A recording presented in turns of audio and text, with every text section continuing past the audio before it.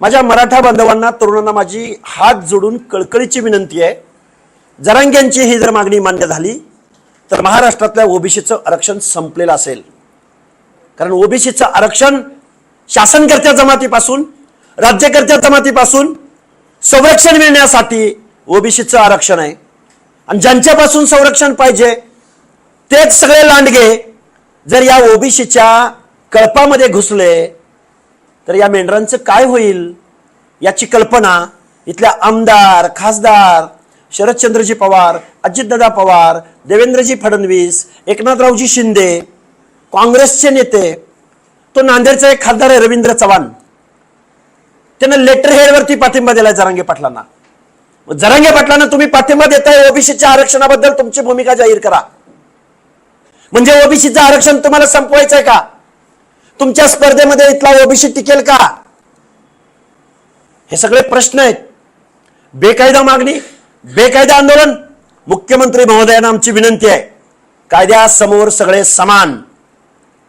लक्ष्मण हाके गेवराईत गेला, कुठल्याही प्रतिबंधाचा अध्यादेश नसताना, तर लक्ष्मण हाकेला नोटीस, FIR, आणि जरांगेनं मात्र रेड कार्पेट. खऱ्या अर्थानं गुन्हे दाखल होताना सुद्धा सामाजिक दुजाभाव या महाराष्ट्रात होतोय.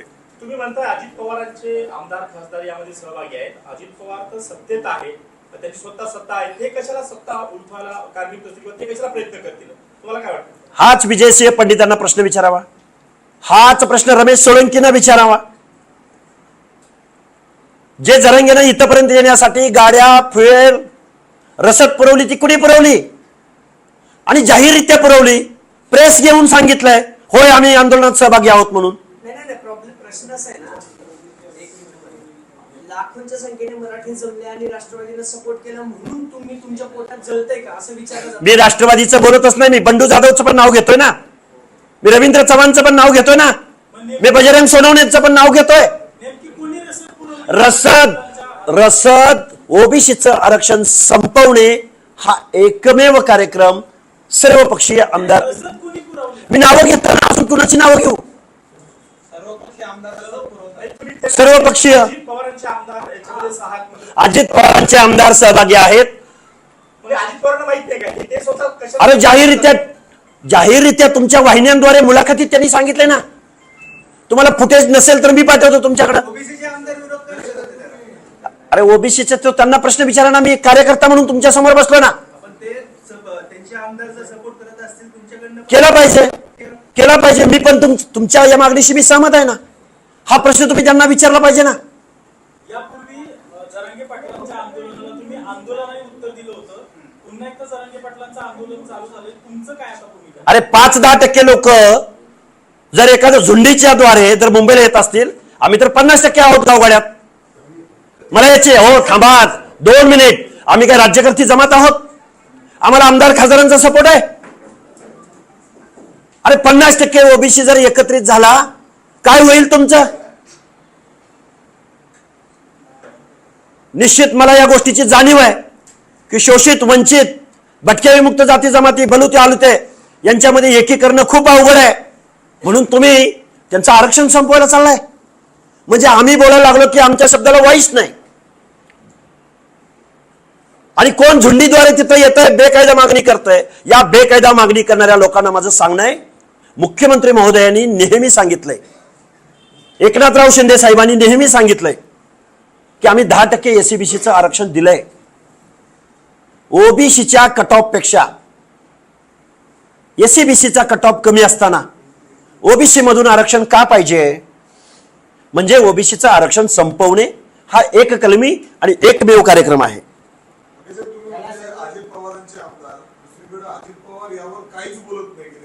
मला एक सांगा, ज्या देवेंद्र फडणवीसांच्या मंत्रिमंडळामध्ये डेप्युटी सीएम पदावरती मांडीला लावून बसणारे अजितदादा पवार, ज्या दिवशी जरांगेकडून मुख्यमंत्र्यांची आईमाई काढली गेली, खरं तर हा प्रश्न अजितदादा पवारांना सहमत आहे तुम्ही याच्याशी? अजितदादा पवार या गोष्टीशी सहमत आहेत? तुम्ही कायद्याचं बोला, तुम्ही संविधानाचं बोला आणि समजा ज्या ज्या लोकांनी पाठिंबा दिलाय जरांगेंना त्या लोकांना माझी विचार नाही की ओबीसीचं आरक्षण संपतंय. ओबीसीच्या आरक्षणाबद्दल तुमची काय भूमिका आहे?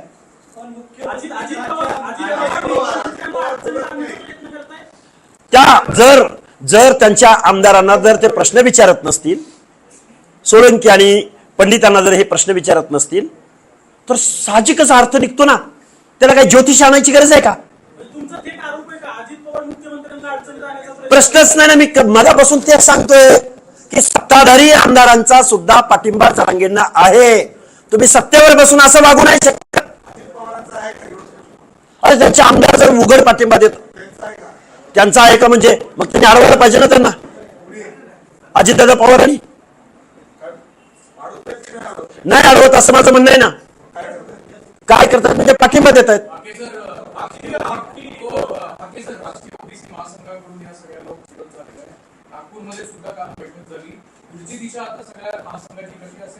हे बघा, ओबीसीच्या अनेक संघटना आहेत, वेगवेगळ्या प्रादेशिक विभागामध्ये वेगवेगळ्या संघटना आहेत. आता सगळ्या संघटनांनी रस्त्यावर उतरलं पाहिजे. आम्ही उद्या पुण्यामध्ये महाराष्ट्र लेवलची एक बैठक घेत आहोत आणि आमच्या आंदोलनाची दिशा स्पष्ट करत आहोत. आम्ही संघर्ष यात्रा काढू, ओबीसी जोडो अभियान. जर इथल्या सत्ताधाऱ्यांना झुंडीची भाषा कळत असेल, जर इथल्या सत्ताधाऱ्यांना आपलं राजकारण अडचणीत येईल, आपला पक्ष अडचणीत येईल म्हणून जर जरांगेसारख्या खुळचट माणसाला जर हे पायगड्या घालत असतील, तर आम्हाला सुद्धा लोकशाहीमध्ये शासनकर्त्या लोकांना जी भाषा कळते त्याच्यासाठी आम्हाला सज्ज व्हावं लागेल.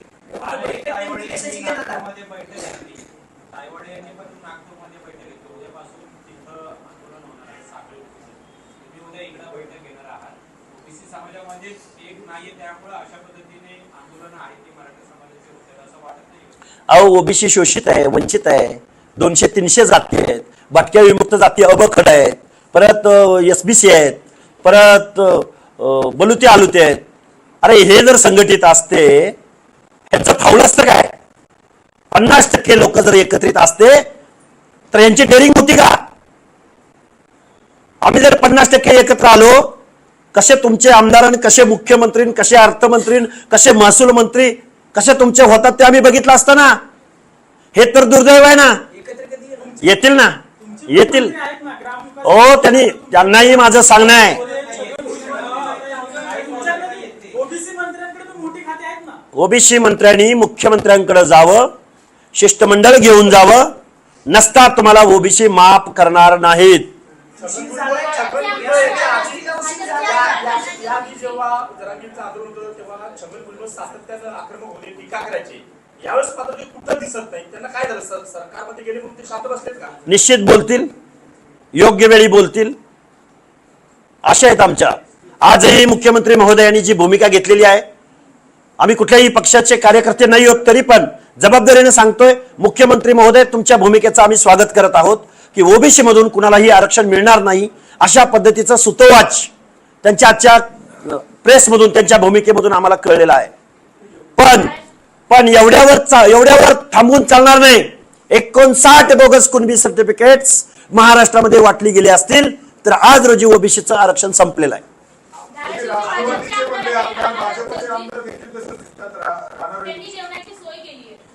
कुणी जेवणाची? हे बघा, आंदोलनाला सपोर्ट करावा तो त्यांचा अधिकार आहे. आंदोलन उभं करणाऱ्यांनी आंदोलन उभं करावं, पण मागणी कायदेशीर असावी. मी सर्व पक्षीय बोललो ना मागापासून. आता काय सगळ्या पक्षांची नावं घेऊ का? या सगळ्या गोष्टीला प्रेस घेत आहे, बैठक म्हणताय उद्या घेणार, नागपूरला होत्या, सगळ्या ठिकाणी होत्या. या सगळ्या गोष्टीला ओबीसी कडून उशीर झाला का असं वाटतंय? अरे ओबीसी ऑलरेडी मुंबईत पोहोचलेत आता. अरे ओबीसी डोंगराला आहेत, ओबीसी गावगाड्यामध्ये घरातून बाहेर पडायला मुश्किल आहे. ओबीसीचा वॉइस, अरे तुम्ही पत्रकार बांधव आहात, ओबीसी एवढा जागृत असता तर हे डेअरिंग कुणी केलं असतं? ही कारणं मान्य आहेत. आज जरांगे लाखोच्या संख्येने मुंबईत दाखल झाले तर दुसरीकडे हाके एकटेच प्रेस घेतात. पुण्यात तुमचं ओबीसी नेता नाही येत का? काय एकटं पाहिजे? तुम्हाला एकटं पाहिजे तर काय असं वाटतं? केला जातो असा की हाके एकट्यानेच मोठं होतं ओबीसी नेता म्हणून. बाकी या प्रश्नाचं उत्तर ठाकरे म्हणतायत की ओबीसी नेता आहे, पण दिसत नाही. आता एकटं दिसतं तिथे. काय आहेत? तुम्हाला एकट्यालाच मोठं व्हायचंय, तुम्हाला एकट्यालाच मोठं व्हायचंय. जरांगे पाटलावर टीका करण्याचा असा आरोप. झाले का प्रश्न सगळे विचारून? झाले का प्रश्न? लक्ष्मण हाके या महाराष्ट्राच्या व्यवस्थेमधला अर्ध्याहून जास्त लोकसंख्येच्या प्रश्नावर संविधानिक प्रश्न उपस्थित करतोय.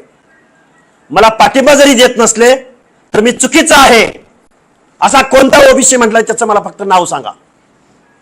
असा कुठला ओबीसीचा नेता म्हणलाय की लक्ष्मण हाके पूर्णतः चुकीचं बोलतायत? कुठला आमदार, कुठला खासदार किंवा कुठले मुख्यमंत्री अथवा कुठले उपमुख्यमंत्री असं बोललेत की लक्ष्मण हाके चुकीचं बोलतायत? आम्ही सवाल विचारलाय की मराठा समाजाचं इन्क्लुजन जर ओबीसी मध्ये झालं तर ओबीसीचं काय होणार? या प्रश्नाचं उत्तर, मी जे प्रश्न मानतोय निश्चित मी मेंढपाळाचा पोरगा आहे, मी कुठल्या आमदार खासदाराचा पोरगा नाही, सर्वसामान्य आंदोलक आहे. पण मी आवाज उठवत असताना हा आवाज चुकीचा आहे.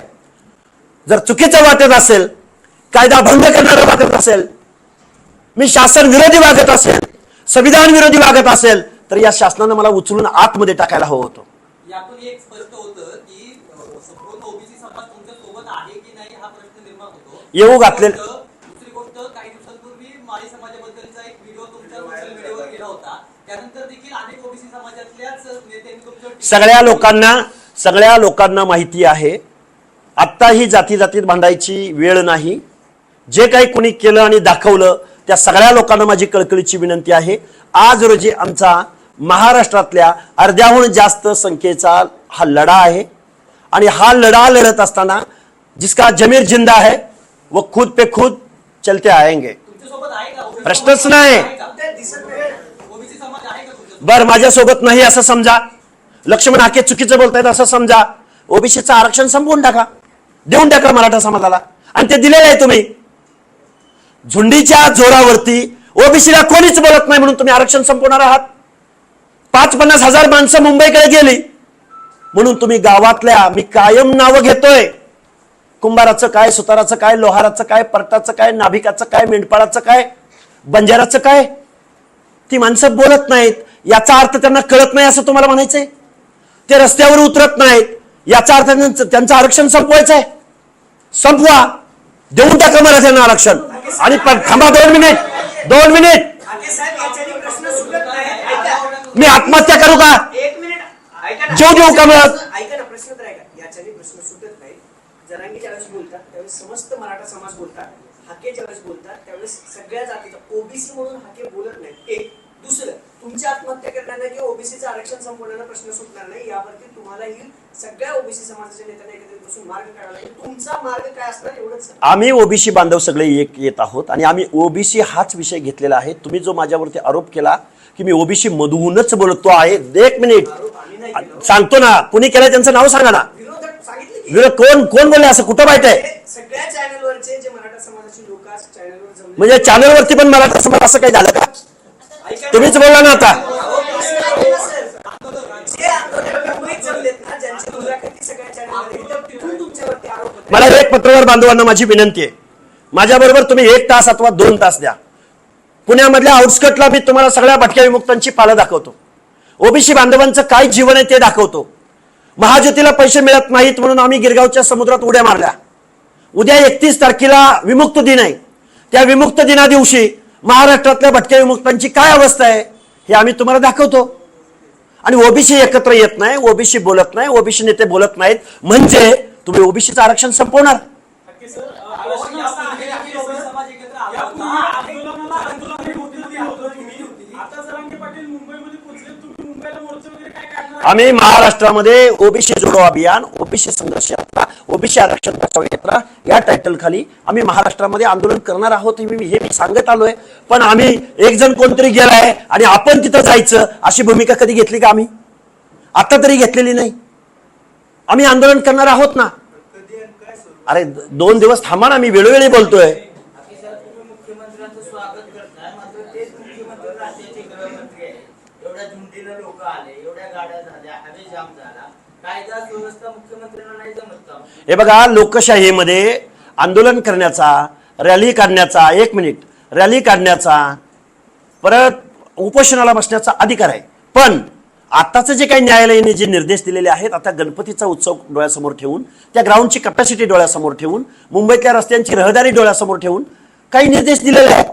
लोकशाहीमध्ये आंदोलन करण्याचा अधिकार आहे. याच्या अगोदर लाखोंचा जनसमुदाय, अनेक आंदोलनं महाराष्ट्रात झालेली आहेत ना. त्यामुळे तुम्ही लोकशाही विरोधी मुख्यमंत्रीही वागू शकत नाहीत. पण या गोष्टीची कल्पना आहे, बीड ज्या पद्धतीनं पेटलं, बीडमध्ये जी विस्फोटक परिस्थिती निर्माण झाली, ती परिस्थिती मात्र मुंबईमध्ये होऊ शकते. हे मी जबाबदारीने तुम्हाला सांगतो. यापूर्वी छगन भुजबळ मोठ्या प्रमाणामध्ये बोलत होते आंदोलनाच्या वेळी, यंदा छगन भुजबळ बोलत नाहीये. तुम्हाला अडवलं जातं, अटक केली जाते, तुम्हाला पोलीस ताब्यात घेऊन जातात. आणि इकडे एवढ्या झुंडीनं लोक आले, त्या आझाद मैदानावर 5,000ची क्षमता सांगितली आहे, आता ते जवळपास 50,000 लोक आले, जाम झाले सगळे, त्यांच्यावर का कारवाई करत नाही सर? हे बघा, हा सामाजिक दुजाभाव आहे. गृह विभागाकडून असून, पोलीस प्रशासनाकडून असून, सत्ताधाऱ्यांकडून असेल. आम्हाला हॅबिच्युअल अफेंडर्स ऍक्ट आता पण लागू होतो ना. गावात एखादा गुन्हा घडला की पहिल्यांदा विमुक्त जातीनंच अटक केलं जातं, उचलून आणलं जातं, मारहाण केली जाते. त्यामध्ये पारधी आहे, त्यामध्ये कडक लक्ष्मीवाला आहे, त्यामध्ये नाथपंथी डवरी गोसावी आहे, त्यामध्ये बेरड रामोशी आहे. आम्हालाच उचललं जातं ना पहिल्यांदा गावात. 1871चा हॅबिच्युअल अफेंडर्स ऍक्ट आहे आणि तो कायदा आजही गृह विभागाला आहे. लक्ष्मण हाके चालला की लक्ष्मण हाकेला निश्चित अटक FIR दाखल होऊ शकतो. पण जरांगे चालला की रेड कार्पेट घातलं जातं. कारण ते शासन करतेत, कारण ते राज्य करतेत, कारण त्यांना पाठिंबा देणारे आमदार खासदार आहेत, त्यांना सपोर्ट करणारे, गाड्या पुरवणारे कारखानदार आहेत, वतनदार आहेत. त्यांनी केलेल्या मागणीला अरे एकही हिमायतचा लाल या महाराष्ट्रामध्ये पैदा झाला नाही की तो चुकीचं बोलतोय म्हणणारा. एकही हिमायतचा लाल, एकही आमदार खासदार येऊन पुढे बोलायला तयार नाही की ओबीसीचं हे सोशल डिस्क्रिमिनेशनचं हे रिझर्वेशन आहे.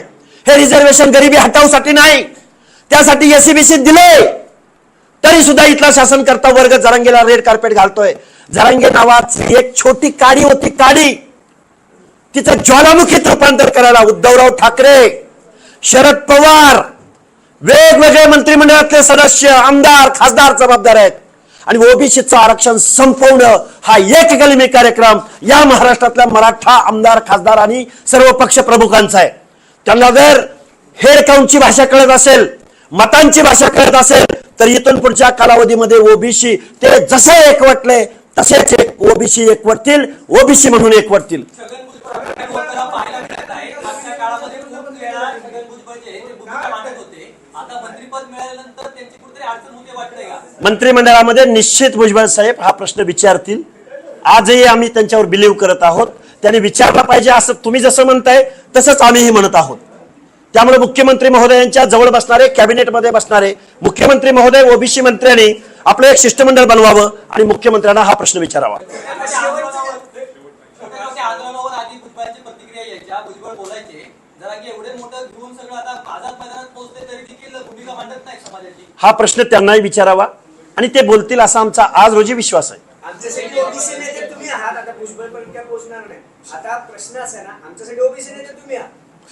तुम्हीच ठरवा मी काय आहे ते. मगाशी तुम्ही सांगितलं की लक्ष्मण हाके हा एकटेच बोलतायत, स्टंट करतायत, जरांगेंना विरोध करतायत. तुम्हीच प्रश्न उपस्थित केले आणि आता तुम्हीच म्हणताय ओबीसी नेते तुम्ही आहात. तुम्ही एकदा ठरवा मला काय, मी आंदोलक आहे का नेता आहे ते ठरवा आणि मग प्रश्न विचारा. ओबीसी नेते तुम्ही म्हणता ना, तर आता काय पर्याय आहेत? जरांगेंचं उपोषण सुरू झालं, आता सगळ्यांना एकत्रित करण्यासाठी पुढे काय काय करणार? उद्या आमची मिटिंग होत आहे. त्या मिटिंग मध्ये आम्ही ठरवू. महाराष्ट्रातल्या वेगवेगळ्या ओबीसी संघटनांना आणि सर्व जातीच्या वेगवेगळ्या संघटनांना एकत्रित करण्याचा प्रयत्न करू. आम्ही तर आमच्या श्वासाचा म्हणजे जेव्हा जीव असेपर्यंत आम्ही लढणार आहोत. आता मग ज्यांना आरक्षण टिकावं असं वाटतंय ते सगळे एकत्रित येतील आणि जर एकत्रित नाही आले तर ओबीसीचं आरक्षण संपलेलं असेल एवढं जबाबदारीनं सांगेन. धन्यवाद.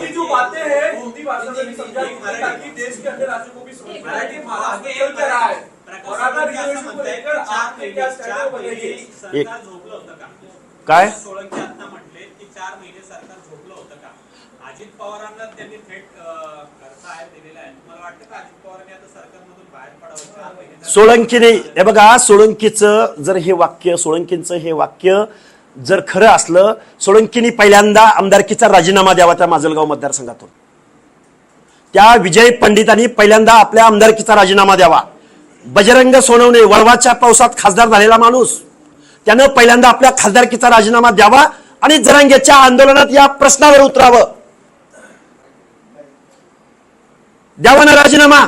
आणि तुम्हाला अजितदादा ऐकत नसतील, पक्षाचा राजीनामा द्या पुन्हा. ठीक है, आपने भीड़ तंत्र की बात की, क्या है आपका कहना, आपका स्टैंड क्या है इस पूरे मामले को, जो मराठा रिजर्वेशन का आंदोलन चल रहा है उसको आप क्या कहते हैं? ये महाराष्ट्र में जो ओबीसी कोटा के अंतर्गत जो हमारी मराठा कम्युनिटी मांग कर रही है कि हमें ओबीसी रिजर्वेशन चाहिए, मगर ये संवैधानिक नहीं है. आज तक सुप्रीम कोर्ट, हाई कोर्ट, स्टेट बैकवर्ड कमीशन, राष्ट्रीय मागासवर्ग आयोग, नेशनल बैकवर्ड कमीशन, इन सब लोगों ने मराठा कम्युनिटी का सोशल बैकवर्डनेस नकारा है। फिर भी आज ये जो मांग हो रही है ये इलीगल है, एज पर कॉन्स्टिट्यूशन नहीं है, और ओबीसीओं का जो कोटा है वो खत्म करने वाली है। क्योंकि शासनकर्ता वर्ग, डोमिनेटिंग कास्ट जिसको कहते हैं वो मराठा कम्युनिटी है। ये डोमिनेटिंग कास्ट ये मेरा वर्ड नहीं है, ये सुप्रीम कोर्ट का वर्ड है, ये राष्ट्रीय मागासवर्ग आयोग का वर्ड है। अगर डोमिनेटिंग कास्ट अगर ओबीसी रिजर्वेशन में शामिल होती है तो ओबीसी ये डोमिनेटिंग कास्ट के स्पर्धा में, कंपटीशन में बच नहीं पाएगा।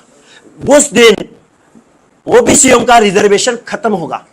जिस लोगों से, जिस डोमिनेटिंग कास्ट से हमें प्रोटेक्शन मिलना चाहिए, इसलिए हमें मंडल आयोग की तहत हमें जो ओबीसी रिजर्वेशन मिला है, सोशल जस्टिस मिला है, 1994 में मिला है, ये ओबीसी रिजर्वेशन खत्म हो जाएगा। ये मैं बहुत जिम्मेदारी से, जवाबदारी से आपके सामने रख रहा हूं। साजिश इधर के जो एमपी है, एमएलए है, ऑल पार्टीज, ये सब लोग उनको सपोर्ट कर रहे हैं। मुंबई मैं महाराष्ट्र में ओबीसी की मूवमेंट खड़ी करूंगा, ओबीसीचं आंदोलन उभं राहील आणि वेळ पडली तर आम्ही मुंबईलाही जाऊ।